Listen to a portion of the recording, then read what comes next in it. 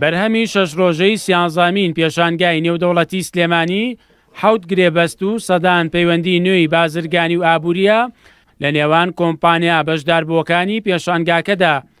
بۆ کۆمپانیا و بازرگانانی ناوخۆی هەرێمی کوردستان پێشانگاکە دەرفەتێکە بۆ ئەوەی قەرەبووی 4 ساڵی قەیرانی دارایی بکەنەوە و دووبارە دەست بکەنەوە با جموجوڵ و پەیوەندیە بازرگانیەکانیان لەگەڵ وڵاتانی دراوسێ و دەوروبەر.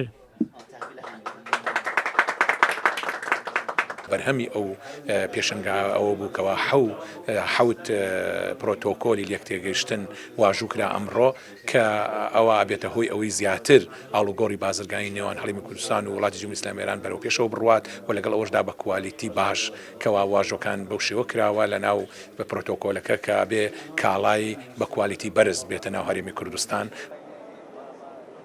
کردنەوەی پێشانگای نێودەوڵەتی سلێمانی و بەشداریکردنی زیاتر لە 180 کۆمپانیای ناوخۆیی و بیانی لەم ڕەوشەی ئێستا هەرێمی کوردستان هەناسەیەکی نوێ بوو بۆ دروستبوونەوەی ئەو جموجوڵە بازرگانی و ئابووریەی کە ماوەی چەند ساڵێکە هەم خەڵکو و هەم بازرگانان چاوەڕێی دەکەن.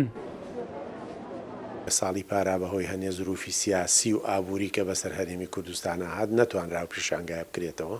ئەم ساڵکردنەوەی و پیشانگایە گرنگەکەی لەوایەکەوە جارێکی تر شاری سلێمانی و هەرێمی کوردستان هاتوۆتەوە سەر ڕێڕەوی گەشەی ئابووری و جوڵەی بازرگانی بە رێو بازاڕەکانی وڵاتانی دەوروبەر و بازاڕەکانی عێراقیش. کۆمپانیاکانی کۆماری ئیسلامی ئێران لە ئەستێکی باڵادا بەشدارن لە سیانزامین پێشانگای نێودەوڵەتی سلێمانی.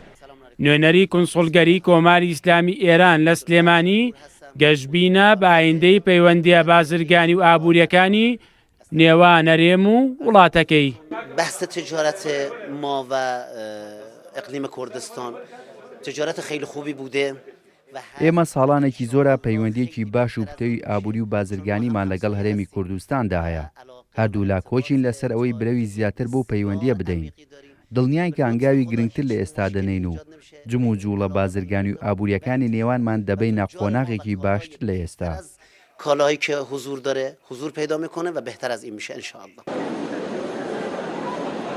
دروستبوونی جموجوڵە بازرگانی و ئابووریەکانی ئەم دوایە ئاماژەیەکی ئەرێنیە بۆ تێپەڕاندنی ئەو ڕەوشە خراپە دارایی کە لە ساڵی 2014ەوە بەرۆکی هەرێمی کوردستانی گرتووە. مەریوانە بڵا، کورسات نیوز، سلێمانی.